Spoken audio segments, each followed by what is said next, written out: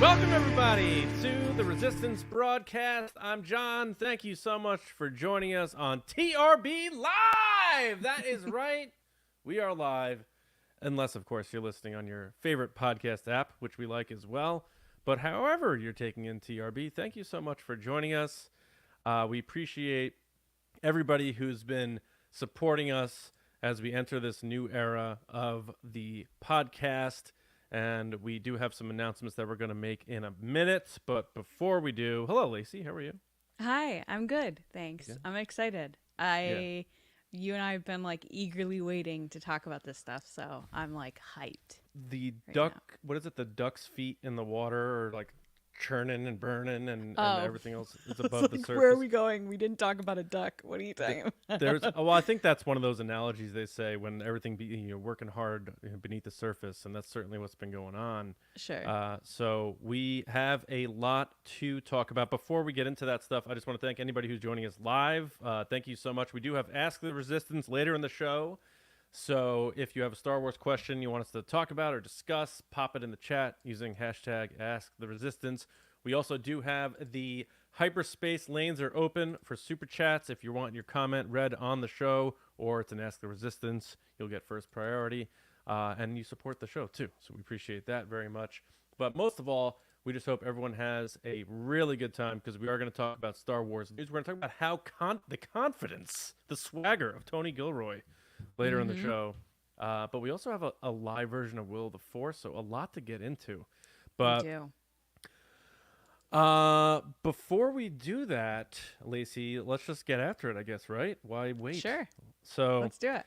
So we'll start off with the future of the Resistance broadcast, okay? Going nowhere. The Resistance broadcast is still here. We will be doing TRB Live on Thursday nights to talk about everything in Star Wars. And by that, I mean TRB is going to be loaded, packed tightly, but a big fat show for you every week, once a week now. So TRB is going from 2 episodes a week to 1 episode a week. But fear not, all the segments will be there. If it's a heavy news week, we're going to do news, Resistance Report. If there's no news, we're going to do our discussions, our Kessel runs, that type of stuff. We're always going to pepper in Will of the Force, One with the Force, probably some new stuff we're going to come up with. And, of course, your questions, Resistance transmissions, all that stuff. All the TRB stuff you love is going to live in that one show, which is still coming at you every week. So I know there's people who live and die by the Monday and the Thursday. You're still going to get your big fat dose of TRB, but it's going to be once a week. And there's a big reason for that. So I'm going to hand it over to Lacey to explain. Wait. What? Do you want to talk first? The new look? Oh, yeah. Look at me. So we also have a new logo for the Resistance broadcast, and we're going to debut that for you all right now. There it is. Look Little at that. familiarity, but definitely a freshness to it, a sharpness to it, and more changes coming from an aesthetic perspective to the Resistance broadcast. So yeah, I'm excited for that. We gotta get some shirts rolling with that. I gotta get me some. I think I'm still like an XL at this point. Gotta get an XL. But He's snug yeah. boy. But yeah, when I wore that old shirt, I really did feel like David Schwimmer in Friends wearing his old like high school T-shirt. But, Old Navy's got my back right now, but yeah, I gotta get the new TRB logo on our shirt, and we have other new logos and updates coming for the Resistance broadcast. But I really wanted to make sure that everyone understood that we are still giving you as much Star Wars as we always have. We're just putting a real focus into that 1 episode a week. That will be live and will hit all your podcast apps and be on the same feed. The Resistance broadcast, you don't have to change where you're subscribed to that show. It is there on the channel, on the podcast apps, with a new look, some fun, exciting updates on the way as Star Wars continues to hit us with some good stuff. So yes, now that we got to the new look, a little sneak peek of the new logo, now we can explain why, Lacey, TRB is shifting to 1 episode per week. Yeah, so TRB is now 1 episode a week starting the week of May 1st, right? Yes, May 2nd, yeah. Yeah, is our first kind of TRB live show. That's the new part of TRB, should I say. But the exciting thing is that we're actually going to start debuting a new show, which is not Star Wars, which I know everyone's going, what? Not Star Wars? It's not Star Wars. It's kind of Star Wars-ish. It is a new pop culture show. So we'll be talking about film and TV and books and, you know, internet stuff, just anything that's going on in pop culture that's trending or nostalgic or something that we're just vibing. That's what we're going to talk about on Mondays of each week. And we do have a new name and a new logo as well. I'm going to let John say the name because he's the one who came up with it. So I did come up with it. That's right. It's called Welcome to Nerd Town. No, I'm just kidding. No, it's not. It's not. No, it's not. It's called Nerdy and Nice. And you can find us on social media at Nerdy and Nice Pod.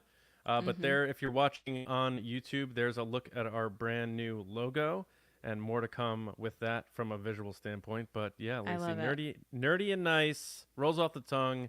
And I like our little tagline that we have cooking for it. Yeah. What's the tagline, John? The tagline is... John's so proud of this, so I'm going to let him say it. Go ahead. I feel like you sort of... All right. So my initial thing I came love how up everyone's quickly figuring out who's the nerdy one and who's the actual nice one because it's not me. I'm not sure I know either. But so Mondays are for the nerds. Okay. So you're gonna like wake up after a weekend and be like, oh, I gotta go to work, or I gotta go to school, or I gotta do this another week of this. And we just want you to know that you're gonna kick off your week with us as nerds, having fun, talking about all the stuff Lacey just listed, whatever's trending, new movies, new trailers, TV, a lot of fun stuff in the same style we always do, just about other things now. And Mondays are for the nerds. We're all gonna be hanging out and having a good time. And it is going to be a playful pop culture podcast, bringing banter, spice, and everything nice. And that was Lacey's touch, by the way. Sometimes I have good ideas. I have like 4. So. And I was like, wait, what if we put mine together with yours? And that's really what happened. That's how I actually read it when he texted me that, is I used that voice exactly. I've learned that I do have a John voice that I use from time to time. Oh my God. To the point that when I've used it on the phone before, John's like, don't use the John voice. Because there is one. But I'm so excited. It's kicking off May 6th. After Star Wars Day. We wanted to give everybody a breather after Star Wars Day. And we wanted to give ourselves breathers after Star Wars Day. To kick off something new. And like we said, this wouldn't have been possible without everyone that listens to us, supports us, and is constantly like, oh, I'd love to hear your thoughts on blank, or, oh, what do you think about this casting? Well, now we're going to give that to you on Mondays. Yeah. And then you're still going to get your Star Wars talk on Thursdays, which is great because even when news is slow, we're still going to cover all that stuff in one episode for you. So. Yep. Yeah. And yeah, so there's always weeks where... even right now, like we have some cool stories we're going to talk about. Maybe next week it's slow because they're waiting for May the 4th. And we know that happens every year. And we wonder, are they going to release something, announce something? So if it's slow next week, we'll do a discussion. We'll do a Kessel run. Like we can change around TRB the way it fits Star Wars the best that week. And I'm really excited about that part of it because nothing is essentially changing. It's just getting better. Yeah, so stay tuned for more updates about that and more updates coming to not only the pod, but to our Patreon and social media channel and stuff. But again, I'll put it up on the screen for those that are just joining the chat now. You can follow the pod currently on social channels at Nerdy and Nice Pod. And the first episode will be out May 6th. Yeah, excited. And we're still figuring that show out as we speak, so we don't even have more details to really give you on, but we know it's going to be a hell of a ride, and we're really excited, and we hope... John's going to have to listen to all of my banter on my hyper obsessions that happen when I turn on Netflix like once a month. Yes. Well, I mean, we will probably get into stuff like ridiculous reality TV, and I'm sure there'll be varying points of view that... Love is Blind is just like so good. Yeah, I got hooked into that too. So, a lot of fun stuff ahead, and we've always off air and stuff talked about other. We say nerdy in the title because me geeking out about the Beetlejuice trailer. And so that's why, like, over the past year or so, we started peppering in more trailer reactions that weren't Star Wars, because we wanted to see, like, are people interested in our thoughts on this stuff too? So it's been something that's been in the works for a very long time, and we always kept kicking the can down the road. And, with James leaving the show, hitting 700 on TRB, and realizing, like, maybe 2 Star Wars episodes a week doesn't need to be 2 Star Wars episodes a week. Even like I think even with doing 1 episode a week, we're still putting out just as much podcasts as other Star Wars podcasts. It's just we're now putting a focus onto that one show. And now we get to open things up and talk about the other stuff that we love too. Because how many times are we in the TRB Discord when, we talk about Ghostbusters or people ask us, what other Game things of Thrones, do you like? Harry Potter, whatever people nerd out about. Like, it's all going to be stuff we talk about, and it's just a lot of fun. And I know a lot of people who like Star Wars like a lot of that other stuff too. So I am very excited to get that going. CHIBIGON 89, Danny. Hey, Danny. Would like to know, are we going to get into Hallmark movies? Well, only ones we might. With Lacey Gilleran as the lead actor. Can I tell you, I was working on the social channels today, and I went and to go follow myself, because I'm self-centered, from the pod account, and I typed in Lacey, and The Real Lacey came up, and I was like, who's The Real Lacey? It was Lacey Gilleran. Oh, that's her handle? I know. Yeah. Lacey, come on the show. Yeah. Come talk to the other Lacey. That's not the real one. Yeah, let's talk Party of 5. Let's talk Mean Girls. I also found 2 accounts that were faking as me. Like full accounts with my name, with my photo, with all my photos from my feed that they've taken and now posted on. It was very creepy. So go report those. But besides that, anyway. So Lacey, I know we have some super chats. We do have some super chats. So let's start those off. First, we have Chris. What up, Chris? He said, "Hey guys, greetings from the UK. Hello. Dropping in early as I can't make it, but I just wanted to show my support for you both as you take TRB forward." Thank you so much, Chris. That means a lot. Thank you, Chris. Seriously. Appreciate it, man. Next is David Ford. What up, David? He said, watching Spider-Man at AMC 20 after seeing Civil War for the 3rd time at AMC 12. Kirsten Dunst double feature. Nice. I love Kirsten Dunst. Bring It On is like one of my favorite movies. Yeah, it's great. Good movie. Next up is Andrew Staley. What up, Andrew? He said, here's to a new era of TRB. Looking forward to more fun and great memories. We do too, Andrew. Thank you, Andrew. We're so excited Appreciate to have it, you man. Very excited. The best. Next is Darth Snips. What up, girl? Oh, look at her pic. She got a pic with Ahsoka back to back. You look like a rom-com. Back to back. TRB fam at the airport flying home from a birthday trip to Galaxy's Edge. Thank you for an amazing community. Got to hang out with Danny and had a blast. Love you guys. I saw that. That's so cool. I love that. Danny is the best. She's the best. Yeah. I love when people get to meet up over our podcast. It's really cool. Yeah. Thank you so much. Safe trip. Chat. And then there's Nikki. What up, Nikki? She said, "Hey, this is great. I'm so happy to be a part of this cool, nerdy Star Wars group. We're excited for you to be here." Thank you, Nikki. Very appreciate excited. it. Thank you, everybody, for those super chats. Very nice. We really appreciate it. All right. Time to get into Star Wars. And now, remember, Ask the Resistance. If you have a Star Wars question, pop it in the chat using the hashtag so we know you want it in the segment. That's right. And we'll get to those later. But first, we are going to kick things off with a little familiarity, but a live version of our segment, Will of the Force. I fear nothing, for all this, as the Force wills it. All right, guys, before we get into Will of the Force, we're just going to ask that you please consider supporting us on Patreon. So there's lots of stuff on Patreon, live chats, Discord server, soon-to-be exclusive merch, as well as mini episodes and much, much more. But beyond that, you're supporting the podcast. What we do here, as we just said, we're expanding into new shows, travel, equipment, and just letting us do what we love to do here, which is talk about pop culture and Star Wars. So we really appreciate that. So if you want to be a part of that community, you also get to contribute to the show, like in this segment, Will of the Force. So head over there, patreon.com/resistance broadcast for now, until we figure things out. But yes, that will be the spot to go. And you could submit questions at the major tier and above for the show.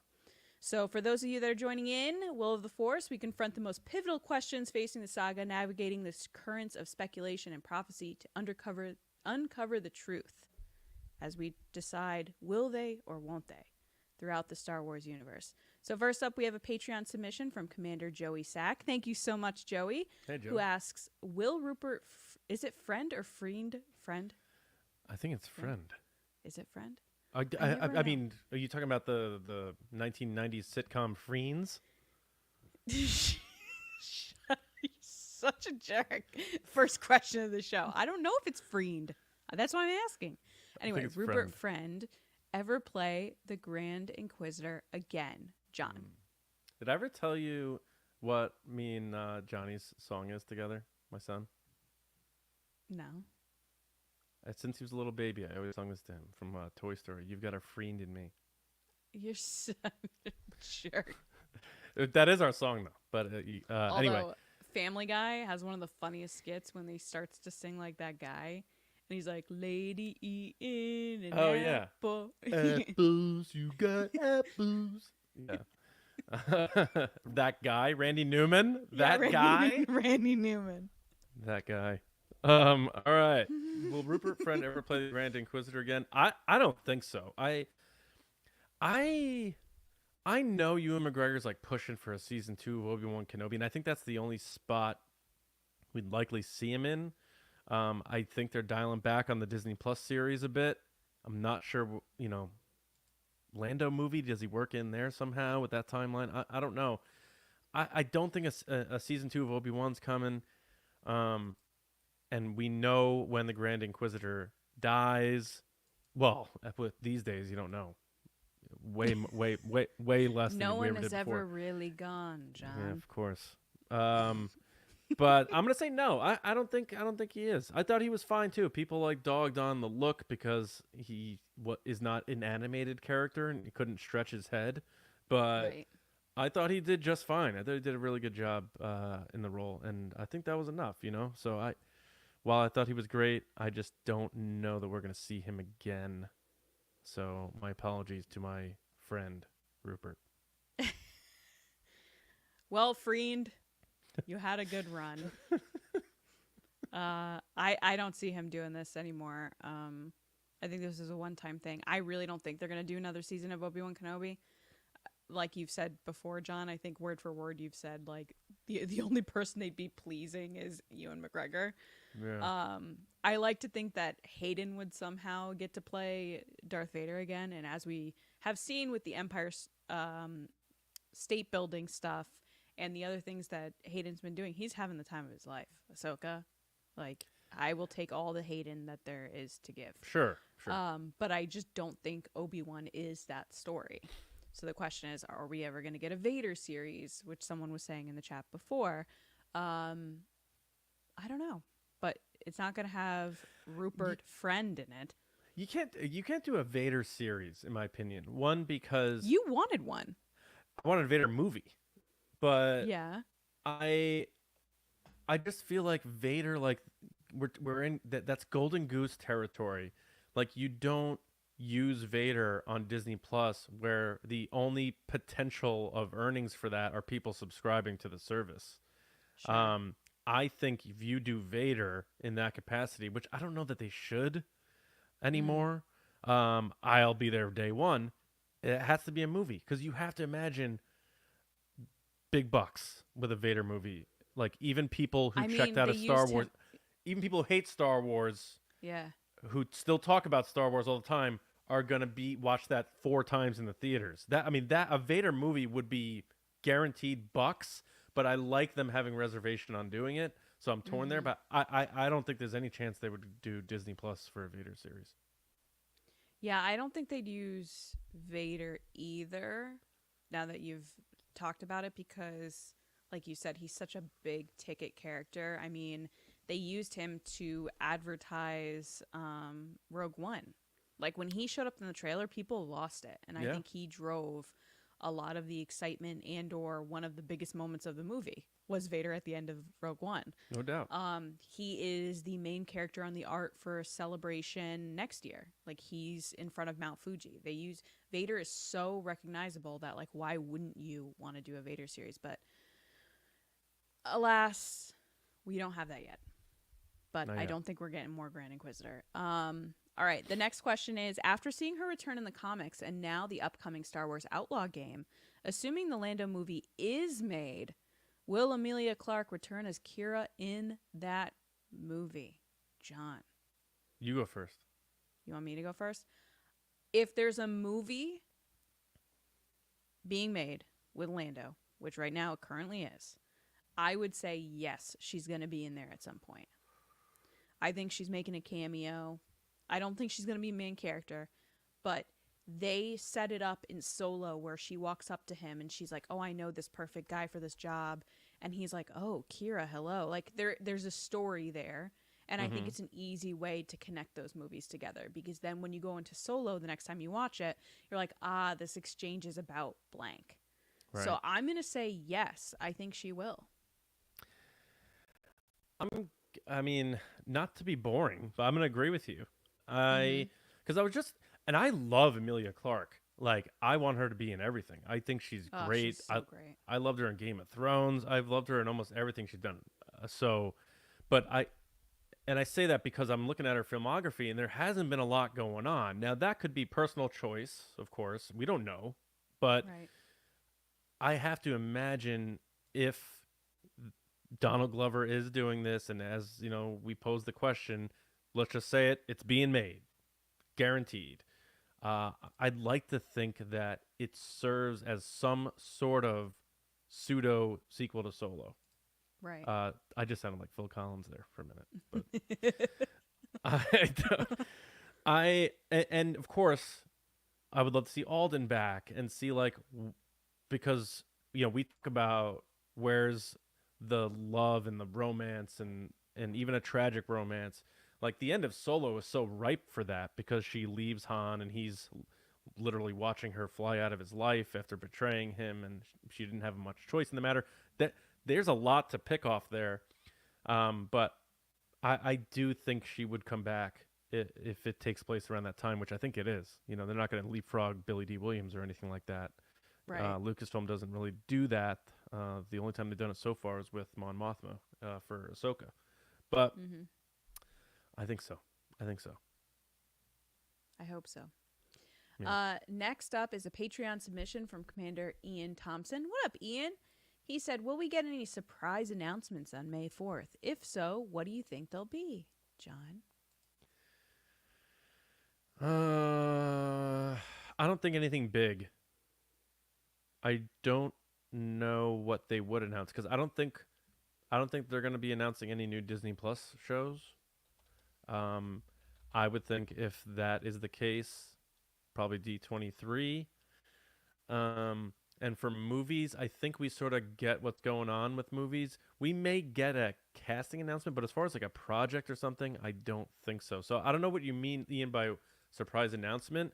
It's a loose question. So, like, if they released a new line of Star Wars Pez dispensers, is that a surprise announcement? I guess so.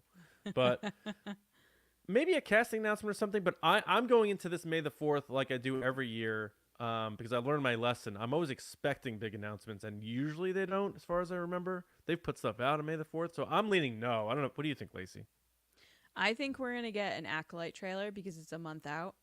May the 4th is a month from Acolyte, which will have Yoda in it.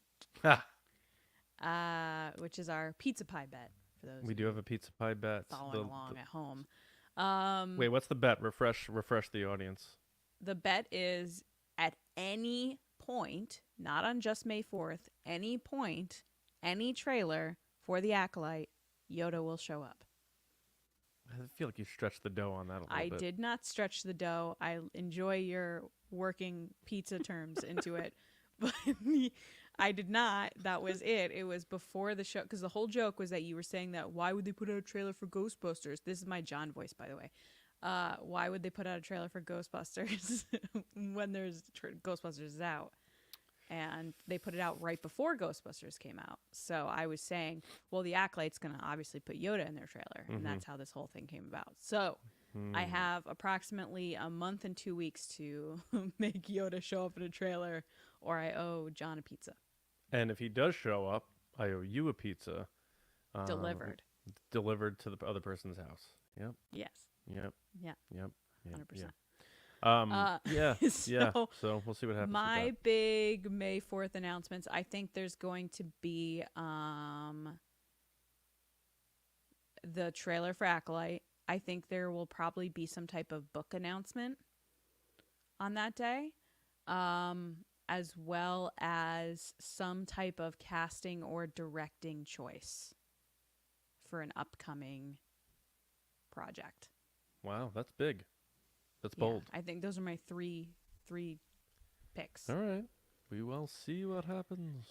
We will see what happens. All right. So then we're going to get into our last question here, will Rey Skywalker reveal her Shivi heritage to her students in the upcoming Rey movie, or will she keep it a secret moving forward? John. I think it will be something that she makes known. I think because with you want to move this story forward. You want to get away from everything tied to the Skywalker saga. I think Rey, like making that a part of the story or the plot that Rey has to conceal this thing, just pulls us back to episode 9-ish territory, because she went through that struggle where sort of like Leia knew, Luke knew, but they didn't tell her, and like That was she bloodline. knew. Everybody found out. Yeah. Yeah, she knew and didn't want to tell anybody. And like Finn's like, tell me. She's like, no, you just don't understand. And that stuff. So I think if they brought that forward to this new one, it would just feel like we're stuck. So I think it has to be one of those things where it's mentioned or something, and we the audience are sort of told in a very quick way that everyone understands that, and then we move forward. I think that's the best way to do it. I hope it's not something that they lean upon as someone's trying to blow up her spot now that she's got this new Jedi Order and tell people, it is like the bloodline thing, like finding out Leia's son is Kylo Ren, and or finding out Leia's father is Darth Vader, that type of stuff. I don't see any room for it. I want to see them moving forward. I think that's the best way. I don't know what you think, but That is interesting. I kind of think they're going to keep it a secret. Not necessarily from the viewer, because we all know, but I don't see how we're going to have a story where she wants to let that go from her past and then have it keep getting brought up. Also, how are people going to trust her if they're going to assume the worst, judge a book? Like the whole sequel trilogy was her kind of figuring out who she was, and then The Rise of Skywalker, she's battling with those internal feelings with Leia and then also with Luke, and then at the end they accept her. I think that was a very personal moment for her that I can't see her walking around being like, yo, I'm a Palpatine, it's okay. Like, I feel like she let that go. They could mention it in the movie, to which she answers to it, being like, that is true, but I don't think she's openly giving that information to people. That's Interesting. But speaking of that, we do have a lot of more familial discussions coming up in Resistance Report. We do. We shall, and we will.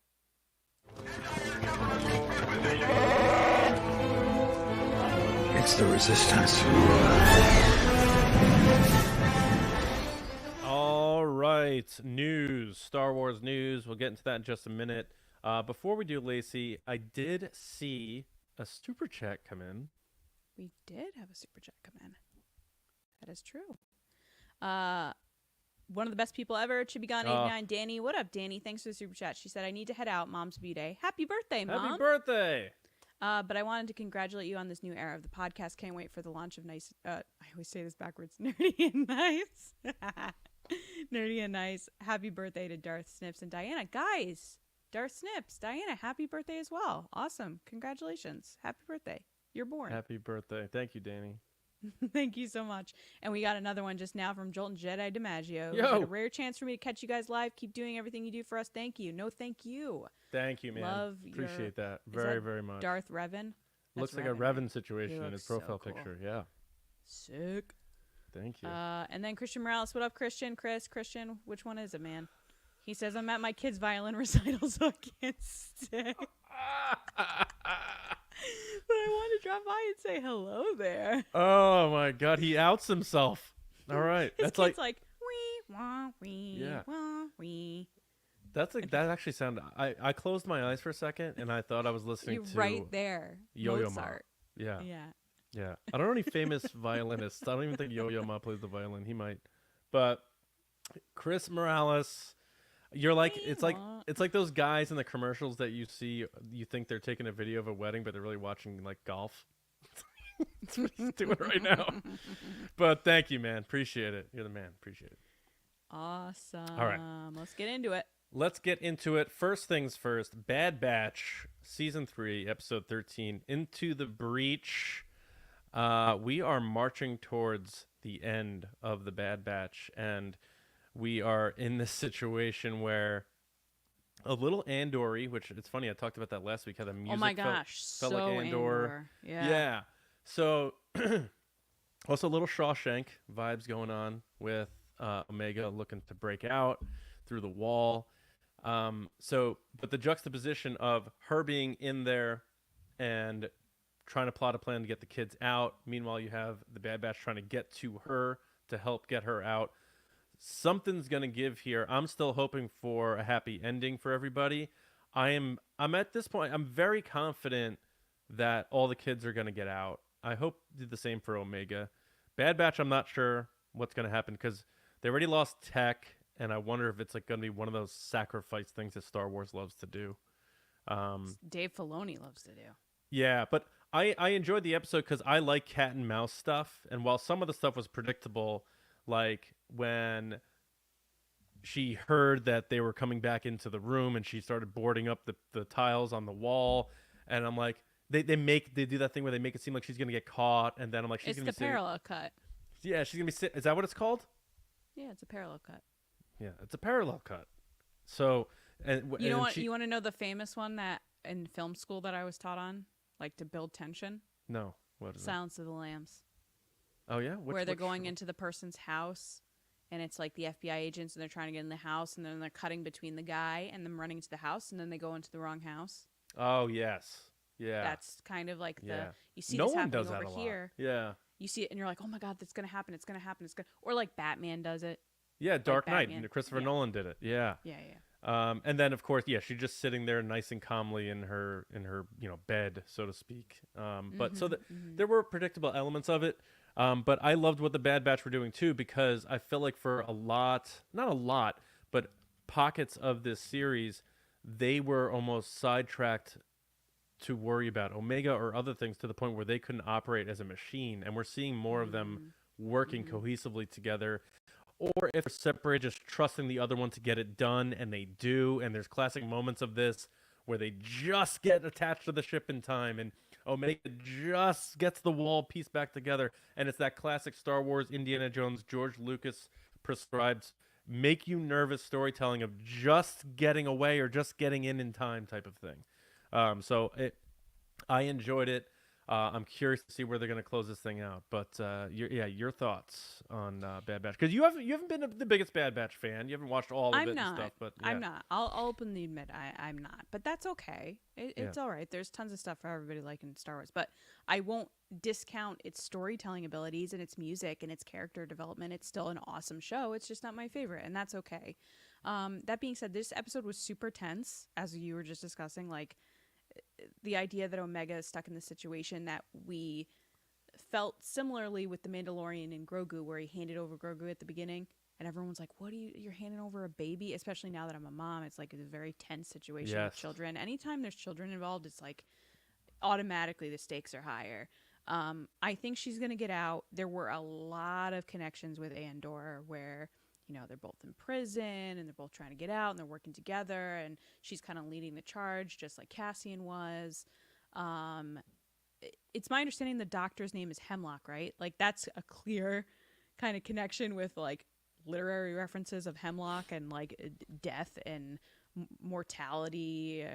Like that to me is crazy. That was a deliberate choice, obviously, of like this person is not good. Yeah. But yeah, I hope the Bad Batch make it out. I don't think they will at this point. Or they won't all make it out. It was interesting to watch, what's his name? Rampart. That's his name. Wanted to make sure I got it right. Kind of join them in their crusade, and it was the typical, like, we're breaking in. Which, by the way, this happens a lot in Star Wars, the break-in scenario. Like, we're going to break in and get something out. We're going to break in and get someone out. We're going to break in and get these plans. Yeah. It's amazing how bad the security is at the Empire, because I feel like they're constantly breaking in. And they always just have to be like, oh, it's their arrogance. Like, that's always the thing. But. Yeah, totally. But I think the music really, like you said, John, was really Andor-ish. Very noir that sounding. Vibe. Yeah, and it's incredibly dark. I said this last time when we were talking about the whole children thing. Like, it's dark for what one would assume is a children's show, or at least for children that are 12, like George Lucas always intended. It is a dark story, so I'm hoping there's some light at the end of the tunnel. But we will see. Yeah, and the one scene when they breach the Imperial, command center in the relay station. Yeah. Like that room, the circular room, and how they first attempt to just convince them that they're supposed to be there and it doesn't work, felt very A New Hope when they break into the detention center. And I was like, oh man, that has to be like that, because the room looked just like it. The center console reminded me of when Han was talking about the fake reactor leak. I like when they do subtle throwbacks like that, sometimes more than the bang you over the head Easter egg. But I remember as soon as they open those doors and they're sort of trying to still con their way and the guy wasn't buying it and then they stun them, I'm like, that's pretty much like A New Hope, except Han and Chewie and Luke were just killing everybody. But it's an animated show, so you have to set your blasters to stun, and I understand that. But that reminded me a lot of A New Hope, and I wonder if a lot of people felt that way too, that particular scene. But anyway. I do think there's also this big piece with the Bad Batch of the theme with Star Wars of like the greater good. Like at what point are you doing things for yourself versus the greater cause versus, tons of people you're going to save over here, 1 million people versus the one. So they're going after Omega, but like who else are they helping along the way? And are they making the right choices? What ripples are they going to have once they decide to go, hey, we're definitely doing this no matter what, we're going to get her out of there? Who's going to fall along the way for their cause? Yeah. So we'll see. I'm curious how they're going to wrap it up. I imagine there's going to be some sadness, but hopefully overall a happy ending and a nicely give me a nicely finished story. I'm not saying we have to necessarily say goodbye to these characters, but I do have a super chat that goes along with this, which is from Barclay Erickson. Thank you so much for the super chat. Thank you. Will they sneak Omega out under Hunter's trench coat? Sounds good. Or have her on his shoulders as the face, and then well, it's very Obi-Wan Kenobi. Remember? He's yes. like, just walk with me. Yeah. That was so weird. I'll admit it. That was weird. That was a weird choice. Yeah. All right. So, moving on from the Bad Batch. Just again, you want questions on the show, pop them in the chat. We already have a few in, I see. Use hashtag AskTheResistance and submit your Star Wars question in the chat, and we'll get to it later in the show. All right, next up we have Tony Gilroy. I teased about his sort of bravado and self-confidence earlier. He was at the Writers Guild Awards being interviewed with very good microphones. And he was, I guess, asked about what's going on with Andor. And instead of just reading the quote or paraphrasing, we actually are going to see the man himself and get his whole cadence here. Take it away, Tony. I've been on Andor for 5 years now. We're finishing the second half. I've had a lot of fun over the years, but I don't know whether I've ever done anything as important as these 24 hours of storytelling that we're doing now. So I don't know if it's just because it's the thing I'm on, but I don't think so. I've never had a chance to work this big before, so it's a pretty big deal for me. That's a big statement to make. I mean, Definitely is. because he was involved with Rogue One. So if this, second half of Andor is more important than that alone in itself is a headline. But the Bourne movies, Nightcrawler, like a lot of the stuff he's done, big stuff. And you get tendencies and patterns from people and how they sort of present themselves. And I always felt that Tony Gilroy was very candid, very just to the point, matter of fact. So for him to come out and say that, he has to be just supremely confident, because he's not on the couch on the Tonight Show just trying to get people to subscribe to Disney Plus right now. He's on the red carpet of the Writers Guild Awards, talking about himself as a writer, as a showrunner. In the room with the best writers in the industry. Right, yeah. saying this is the most important stuff he's done, specifically Andor Season 2. How can that not get you excited? So, but I also like seeing people who are making Star Wars, because it does. I think there is still this cloud of uncertainty. We talk about earlier in the show, if the Lando movie gets made, and you're talking about Donald Glover, and we have to say those words because of what's been going on with some Star Wars productions over the years. I like seeing the confidence coming from somebody who is a showrunner of a show that happened to be one of the less viewed shows, but critically praised. Most audience seem to love it. So it gets me more excited for Andor Season 2. It's not going to put me in a situation where I'm like, oh, he's just bloviating and just saying this just to say it. I think when he says things, he means it. So what do you think about what Gilroy has to say here? Man, this was a packed statement, guys. I know it sounds like a very simple couple sentences might be a throwaway.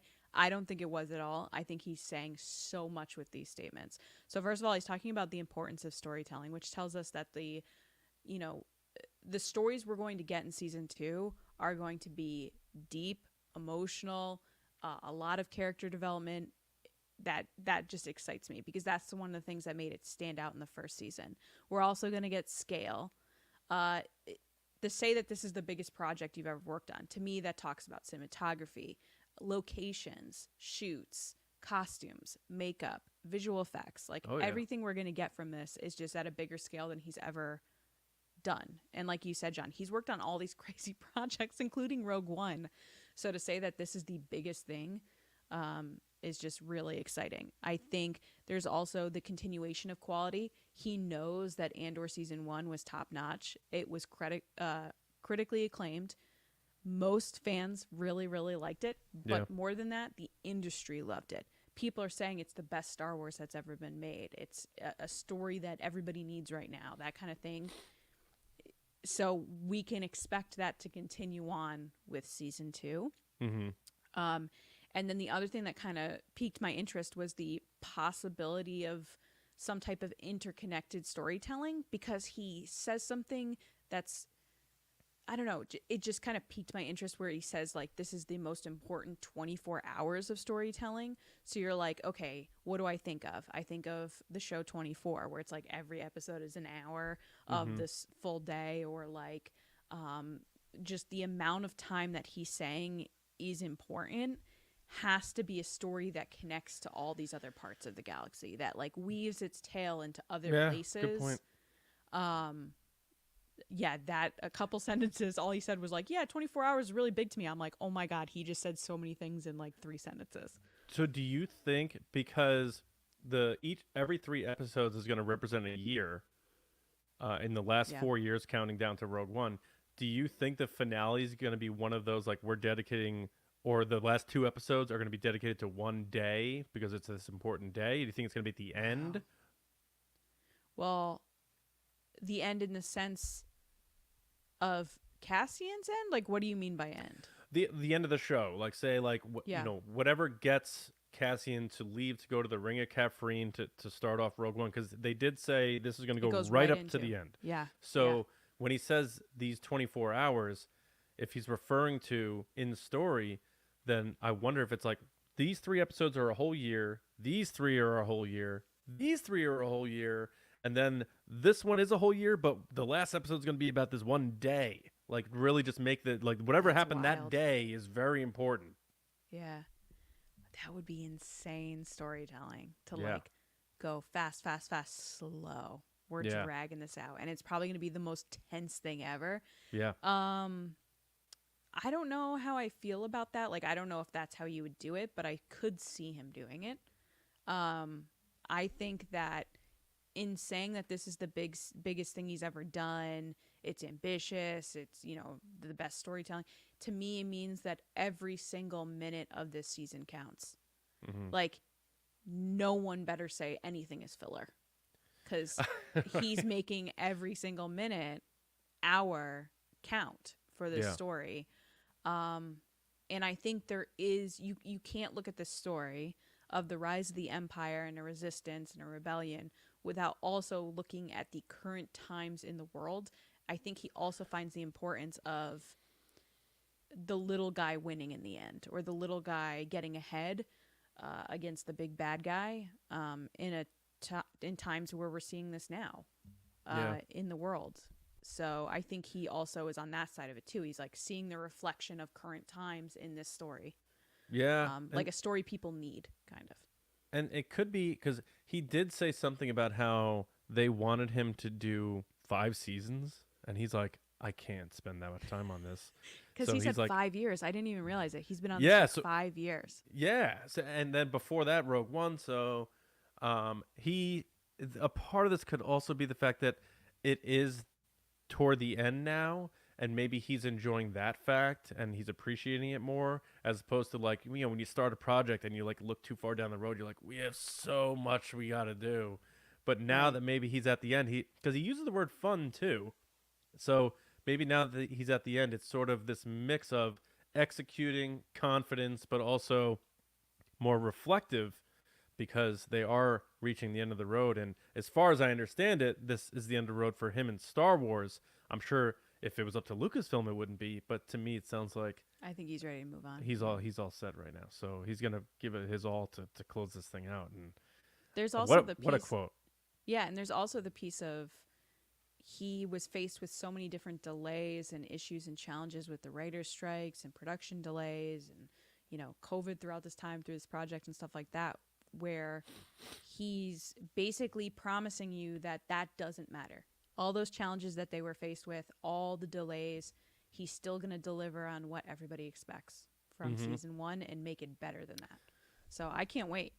Absolutely, yeah. And I'm sure everyone listening feels the same way. Even if you didn't like Andor wasn't necessarily my favorite, but I'm still very excited because it's Star Wars. So I'm looking forward to how they close out that story and lead us into Rogue One. It'll be be able to watch the end of Andor, watch Rogue One, then watch A New Hope. All of a sudden, you're like, all these things go right into All of a the sudden next you're one.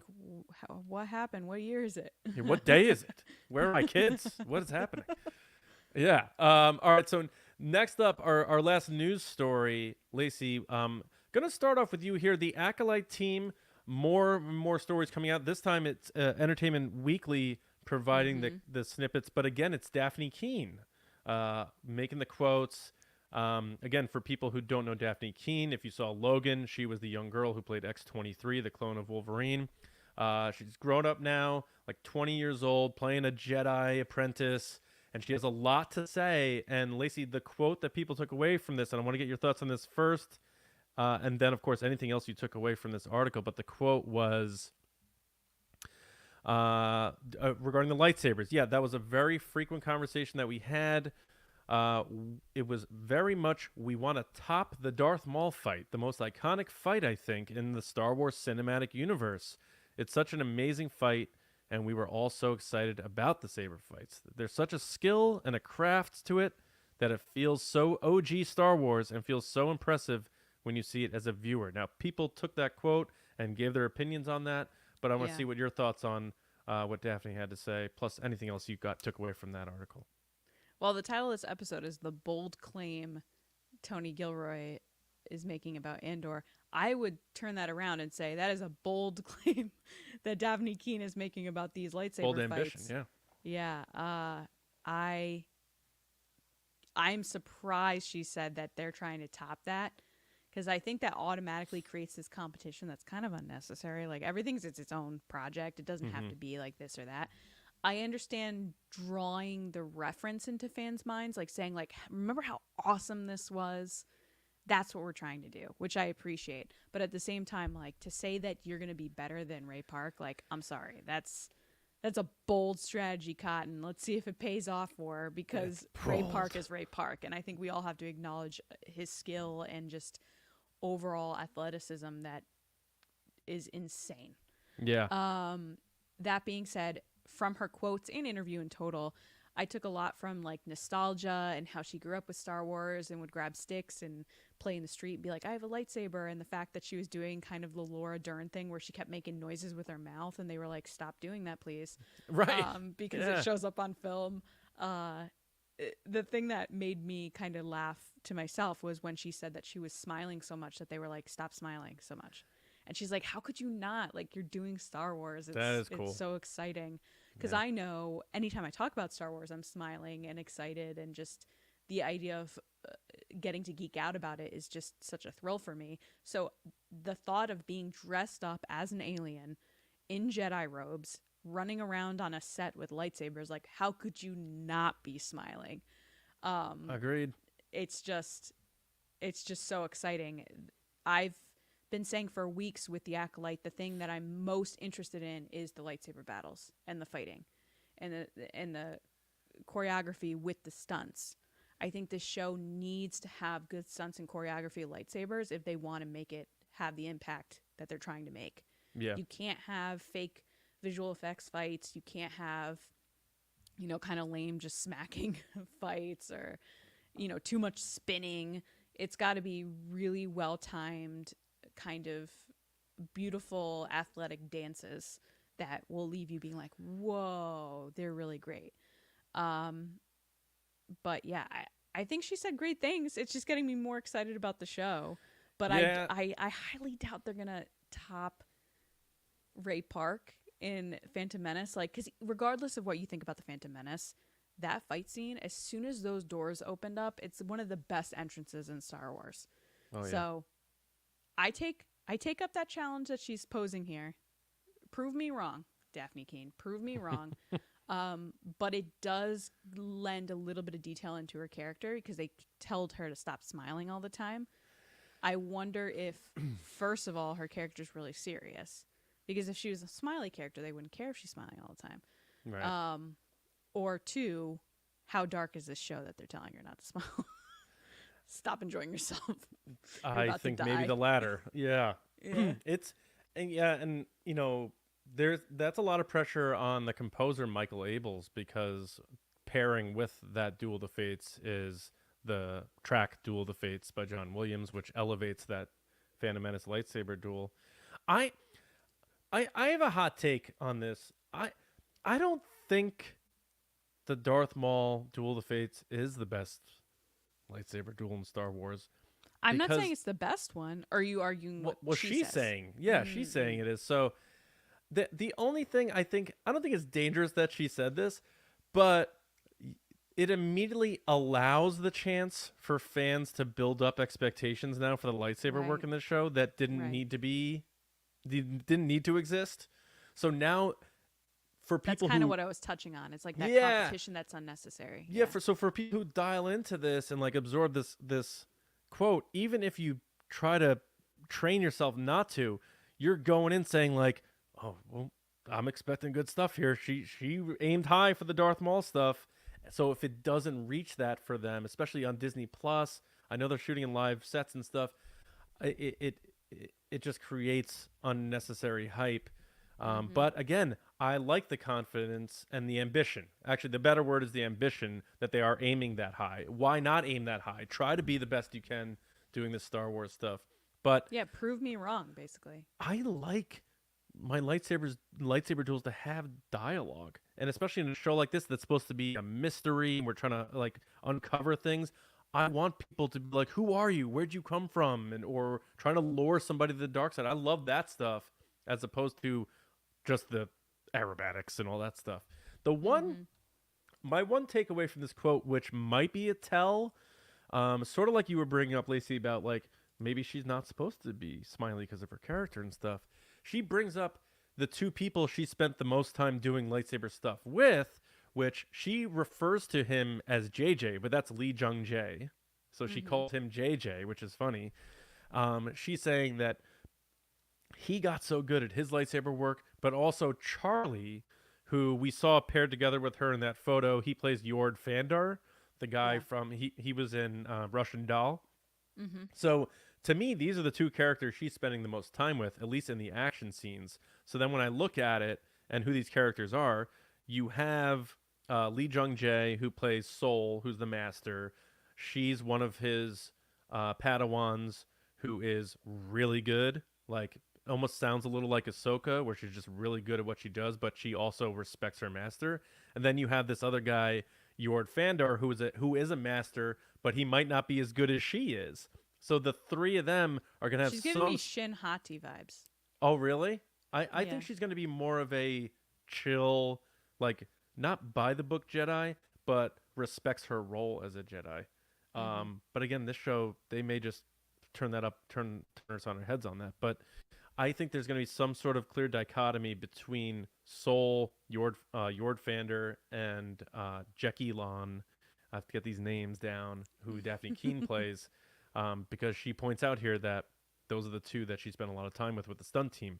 So maybe the three of them are in this big fight against some dark side users. Who knows? But I think that's a slight tell of where her character is going to be spending, her character is going to be spending most of her time with. But, and again, I love the enthusiasm too. Her talking about being a little kid, which wasn't that long ago, loving Star Wars. So maybe she grew up, The Force Awakens came out 9 years ago. She was 10 years old. She's probably right in the pocket, just seeing herself as seeing Rey, Daisy Ridley, a girl on screen, just killing it. And now she is in Star Wars. That's sort of what we were talking about a long time ago, the importance of Rey and that sort of stuff. So I love everything I'm getting here from Daphne Keane. I do find it interesting that she seems to be the most quoted now in two outlets, Empire and now Entertainment Weekly. So keep your eye on that character, Jackie Lon, Sol's young Padawan. It should be an interesting follow as that show takes off in about a month and a half. Unless she's the most free to answer questions. Yeah, that could be too. That could be, that very, very much so. I could be way overreading that. But the other thing we saw tonight, Jeff Snyder reported, so not official or anything like that, but he seems to know his Star Wars stuff really well. Got to give it to him. Right. He was on Roka's show, Hot Mic, and he reported that the Acolyte has also cast David Harewood. He was in Homeland, a bunch of other stuff, but at least as far as we know, that's nothing that had been officially released. So I don't know if that's just something they wanted to keep in the weeds at Lucasfilm. We're just saying what Jeff Snyder had put out there to the public, that he's saying the Acolyte has cast David Harewood. So do with that what you will. But we just wanted to share that because we saw that before we came on. All right, Lacey, that is it. Unless do you have anything else on Acolyte that you wanted to touch on, or anything else going on? I don't. I'm just dying to see a new trailer. Just give me something behind the scenes. Oh, I'd love a behind the scenes reel on May 4th. That would be killer. For Acolyte? Yeah. Ooh, like a behind the scenes, like we're on set. Like a sizzle?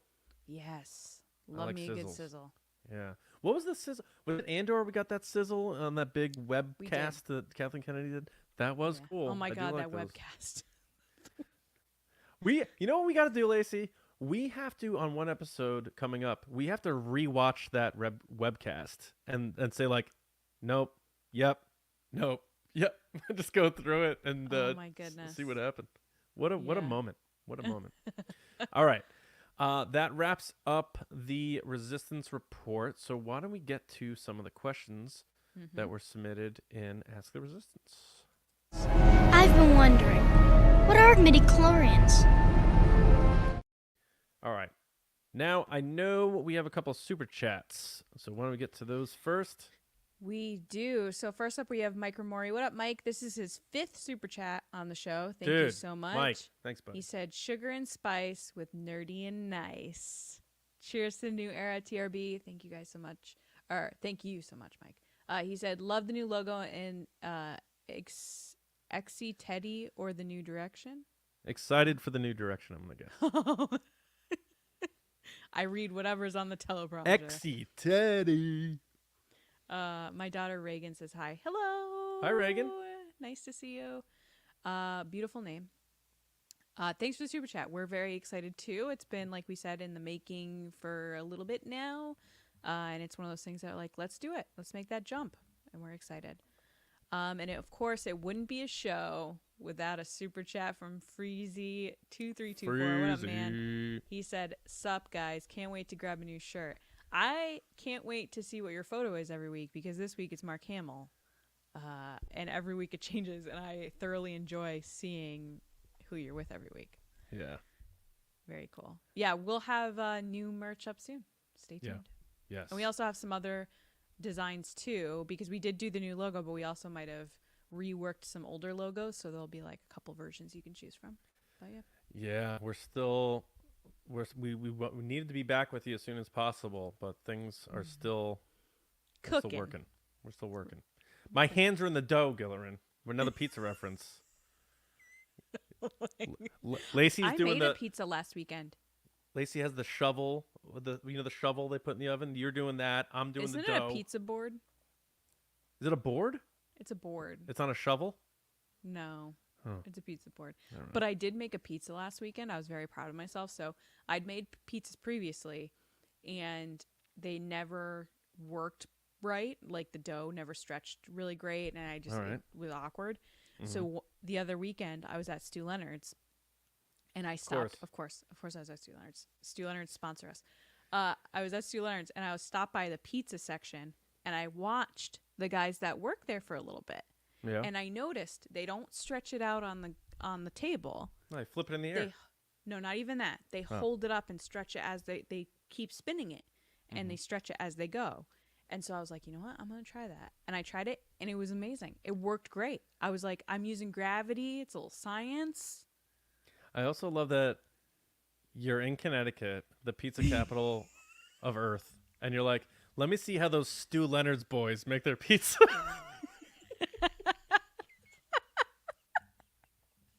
I was there anyway.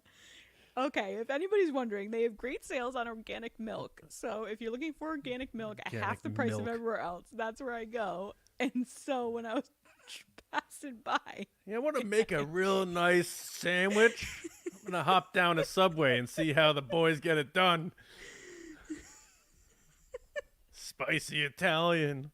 The way you just on multi-grain. I'm going to see what the Stu Leonard's pizza boys. Let's see what these Stu Leonard's boys are doing with this dough. Let's figure out the secret. Together we can find the secret to immortality of pizza. And they sell the pizza dough, and they sell the pizza sauce and everything. So I bought the dough, I bought the sauce, and I made the pizza in my house. Man. And it was great. It was All great. right. When I'm not going to say if, because it's not going to happen. So when I win my pizza, yeah. I'll make you a pizza. That's fine. I'll make a pizza at my house, and I'll serve you both. And I'll say, John, which pizza is better? Okay. All right. Sounds good. And it will be Stu Leonard's pizza. Or was it Roseland? Oh, I love Roseland. No, you don't have to drive all the way out there. I mean, that's that was the bet. Oh, all right. Well, why? Where do I have to get your pizza? Can I just get you a Stu Leonard's pizza then? No, Roseland. You need that too now? Yeah. People in the chat are going, what is a Stu Leonard's? Just Google it, guys. Come on. It's a grocery store, pretty much. It's a grocery store that is responsible for the majority of my personality. Go to your grocery store and watch people make a pizza. That's what she's talking about. All right. The best thing is I was with Daisy, and she was in the cart, because they have these really cool carts that are like race cars. And she points at the pizza guy, and she just goes, look at this guy. That's pretty funny. She does that now. She goes, look at this guy. I know, Mike. You never know what your kids are going to say. Just stop. Just don't. All right. Let's get into some questions here. We're going to flip it back to Mike Rumore, who said, "What are you talking about things? What are you most excited about with the new show?" So he's talking about our new pod that's coming out on May 6th. Nerdy and nice. Lacey, what are you most excited about? You go first. I love sharing my opinions. I love expressing myself. I love a lot of things. Like, I know there are people who it's like Star Wars is their personality. Star Wars is my favorite movie franchise. I mean, this is my house. Look over behind me if you're watching on YouTube. Everyone knows I love Star Wars. I've bins of figures over there. But I love a lot of other movies and a lot of other nerdy stuff. And I'm just excited to talk about it. And, you know, what's in the news, what is trending, and give our takes on that and just open this thing up because that's fun. And then at the same time, it also keeps TRB fresh. So I'm just excited about everything that's going on. We haven't even like planned out segments or anything, so it's hard to say specifically, but just in general, that's where my mind goes. Just being able to open this thing up and do what we do the way we always do it, but just about other stuff. What about you, Lacey? People in the chat are like, which one is it? It's nerdy and nice.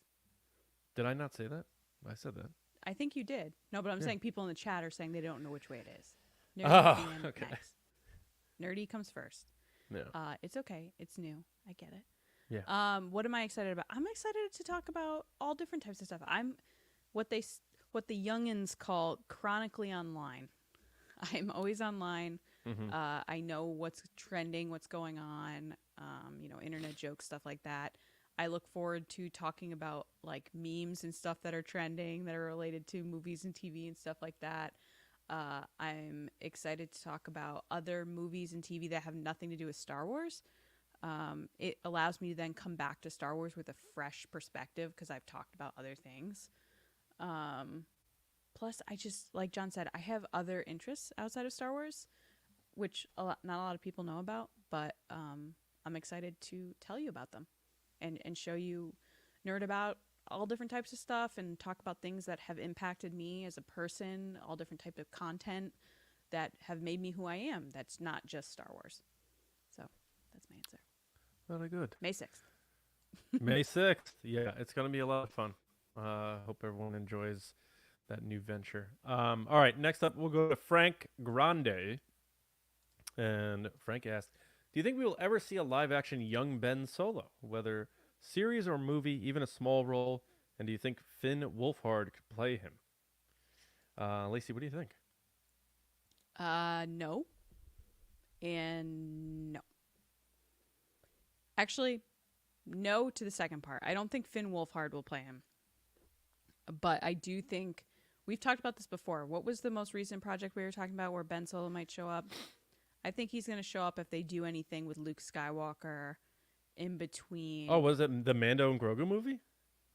Oh, was it the Mando? I think, yeah, he could show up there. That would be cool. I think that would be a good way to have him show up with Leia or something, because people have to remember, if he shows up young, it doesn't have to be like, talking using the Force young. It could be toddler Ben. It could be, kindergarten Ben. It doesn't have to be 6 pound, 8 ounce Ben Solo. Sweet baby Jesus. Yeah. Ben Solo. I like my Ben Solo in a tuxedo t-shirt. It says, I like to party. I'm serious, but I also like to party. Yeah.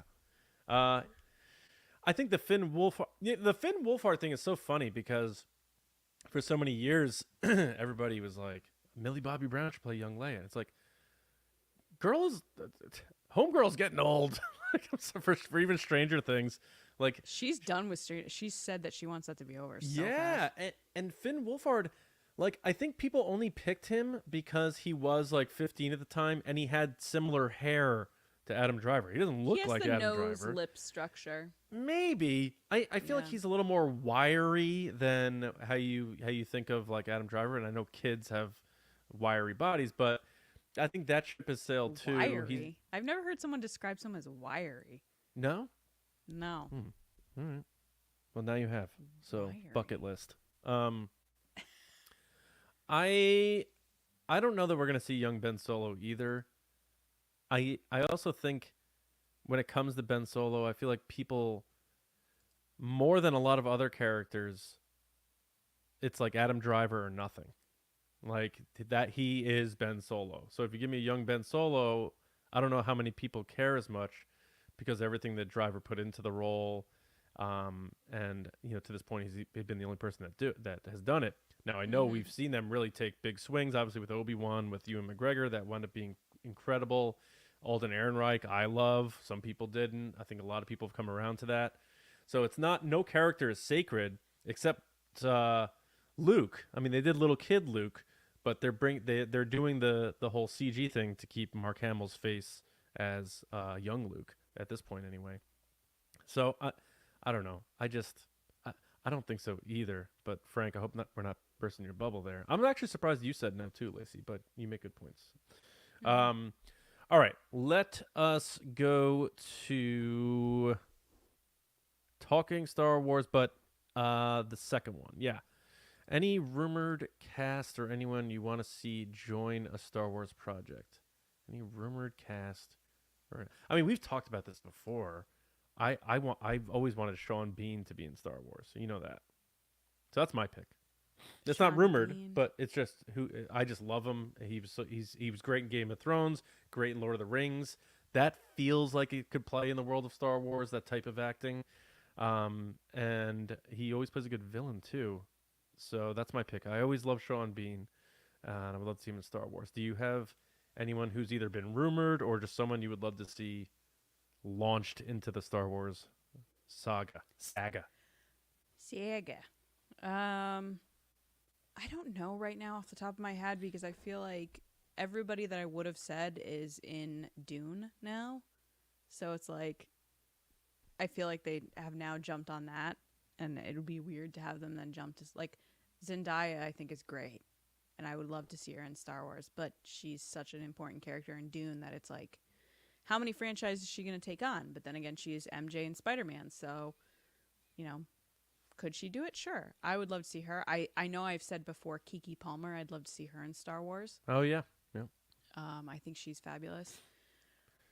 There's so many. There's so many. And I'm pretty sure at some point when Squid Games was big, I said, Lee Jung-jae, the guy that's in Acolyte. No, you didn't. Stop. Yes, I was like, we were talking about Squid Games. I love Squid Games. We'd love to see him. I said it as a passing thing, not as like I want him to be cast. You always make fun of me. You're like, Lacey, it's like whatever you're watching, that's who you want in Star Wars. And it's kind of yes. Well, you claim that you said you wanted Patty Jenkins to do Star Wars. I did. And Taika in the same episode. We had to pick directors. Yep. And I don't even remember. It hasn't gone so... I think you did Tarantino. No way. No way. Or maybe James did Tarantino. Someone did Tarantino. And I Tarantino was like, did just cancel his current plans for his movie. Well, isn't it because he said he's only doing 10 movies? Well, that's the thing. This is his 10th movie, and he was going to do this movie about a movie critic in the 70s. Right. And he was going to bring back Brad Pitt's character from Once Upon a Time in Hollywood and link that up.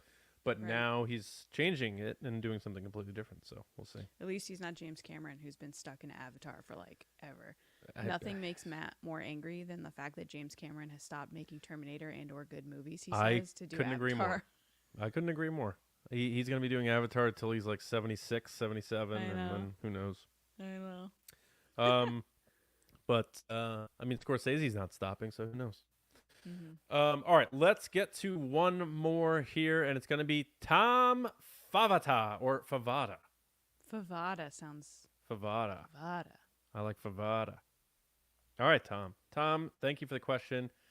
Thank you, everybody who submitted questions. But for the sake of time, this is going to be the last one for this show. But keep them coming. Thank you. Tom asked, what do you think will be Hasbro's May the 4th HasLab release? Wow. I don't know. I've been wrong so many times with the HasLabs. I think the worst one they ever did was Reva's lightsaber. That was the worst one. Even though it was super cool. It just felt like they didn't really Anaheim, read the room. Yeah, no. They worked so hard on it. Like Chris, the designer guy, is so nice. He's like the nicest guy that works there. And he worked really hard on that. And he had done such a good job and had like noises from the show and stuff that you like only heard on the lightsaber. The same with the Rey one, the Rey Skywalker one. There's noises in that lightsaber that were supposed to be in the movie but never were. He worked so hard on that, and then he didn't read the room. Like people didn't want that. The people that are collecting want to buy stuff that they used to have, and or buy, like the Razor Crest. Like they want like big vehicles. Yeah. So I'm interested to see what they do. The last HasLab was the Ghost. So I don't really know. I think they're out of vehicles, like big vehicles at this point, aren't they? Like out of, unless they do some type of Imperial ship or something. What? They could do Thrawn's ship from Ahsoka. They could do that. With they all, could like, the different details, the Death Star to scale. I mean, that they're gonna need funding for that. I think what would be really cool. All jokes aside, Oh my gosh. do Vader's castle. Vader's castle would be crazy. I think people would light that HasLab up. That would be sponsored, guaranteed. I remember people were saying that they thought they were going to make an Ewok village, and I thought that was kind of cool. That would also be very cool. I agree. Just seeing it, because I remember I went to the New York City Toy Fair. Yeah. And they had the Katana, the Jabba sail barge on display, fully put together and everything, and that got backed, and I was like, those things were hot. It was like 6 feet wide. That thing was no joke, and it had all the little nooks and crannies, like a kid's dream to like a play set, complete dream for a kid. And I hope kids did get to play with those things, and they're not just sitting in a box, someone waiting to like sell it in 20 years for like a 20% profit. Play with the toys. But I think Vader's castle would be sick. In the same way the Katana was, you can make little compartments, areas, and just as a piece in your background. Even if you just want to display it, it's just so cool. It is so cool. So, but they're not. I'm trying to think other things that like I would want as a HasLab, and I honestly can't think of anything right now. Maybe like Rey's downed walker would be cool, but then that doesn't really. A lot of the things that Hasbro does now is for world building and like taking photos with your stuff or displaying it, and a lot of the things that I find cool aren't going to display well. Like if they did Dryden Voss's ship, that'd be so cool with like different layers, first and light, levels and stuff. Yeah, with like the lounge area. But then I don't know if people would buy that, and that's why I don't work at Hasbro. Yeah, I mean the Ewok Village one's a good idea. Right? I like that one. That is, and then each tier could be different things. Like Han Solo getting roasted could be one tier. Yeah, you can C-3PO in the chair. The bunker and all sorts of things. No Thanks, doubt about Tom. it. Yeah, thank you. And thank you everybody for sending in those questions. Thank you everybody for listening, watching, being a part of TRB. It's been a crazy few weeks, obviously with James leaving the show. So we thank everybody who gave James his well wishes and also showed your support behind us. It's all family here, and it means a great deal to us. And yeah, for you watching on YouTube, there's the new TRB logo. Well, one of the new Resistance Broadcast main logos. We have other stuff we're going to be revealing as we roll forward here. But just a reminder that until May, so next week, we're going to be no Monday show. We're going to be doing TRB Live again Thursday. And then the following week, TRB Live and kicking off with May 6th with Nerdy and Nice. So a lot of great fun stuff coming. So make sure you head over to social media and follow at Nerdy and Nice Pod. Check us out there. We're going to have, once we get the first episode out, we'll let you know where to find that. But it'll be on all your podcast apps and also right here on the channel. So any updates, we'll make sure you're posted up to date on all of that from us here. I'm sure we'll have updates next week on TRB Live too. But we want to thank everybody so much for just being a part of what we have going on here. It means a great deal. And I want to give a special shout out to our Patreon generals and Spice Runners: Carmelo, John Risi, Jetta Rosewater, Frank Grande, Nick Kratz, Chris Morales, Brian Smith, Danny, Mike Rumore, Brendan McLaughlin, Sneaky Zebra, Dave Hornack, and Jolton Jedi DiMaggio. And the Spice Runners: David Probus, Neil Shaw, Kendall Gelner, Andrew Staley, Jeremy Myers, and the Fort Worthian. And all of our patrons, all of our listeners, everybody, thank you so much. For me, Johnny Hoey on pretty much X, and TRB podcasts, and again, Nerdy and Nice Pod for the new show coming out again May 6th. So, Lacey, what about you and anything else for our people? People can find me on social media at Lacey Gilleran and on TikTok at It's Lacey Gilleran, and I'm super excited for the new show. I hope you guys are too. And stay tuned for more updates on our Patreon page, as well as other cool benefits and such to come. We've got 2 weeks to pull it together. And start making your guesses. Who's going to win the bet? Is Yoda going to be in the Acolyte trailer? Is he not? Am I getting a pizza? Is Lacey getting a pizza? We'll find out. But I want to hear what you guys all think out there. So have a wonderful weekend, everybody. Thank you again so much. And we'll see you next Thursday right here on the Resistance broadcast. We'll see you around, kids.